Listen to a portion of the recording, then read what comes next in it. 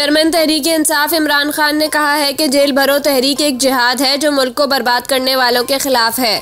Social media पर जारी बयान में इमरान खान ने कहा कि आज हम दो सबसे बड़ी वजह पर हकीकी आज़ादी के लिए जेल भरो तहरीक शुरू कर रहे हैं। पहला, ये तहरीक पुरअमन है और हमारे आइन पर हमले और बुनियादी हुकूक न मिलने के खिलाफ पर बिला इश्तियाल एहतजाज है। उन्होंने कहा कि दूसरा, हम शर्मनाक तौर पर FIR, नैब केसेस और हिरासती तशद्दुद का सामना कर रहे हैं।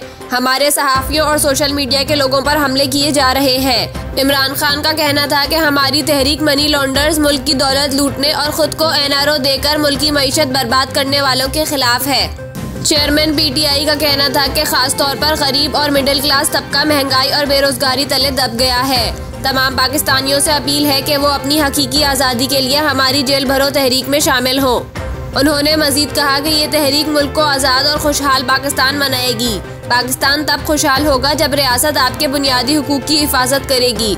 जेल भरो तहरीक जिहाद का नाम है, एक आज़ादी का नाम है। जितने ज़्यादा लोग इस तहरीक में शिरकत करेंगे, इतनी जल्दी हम अपने मकसद पर पहुँचेंगे।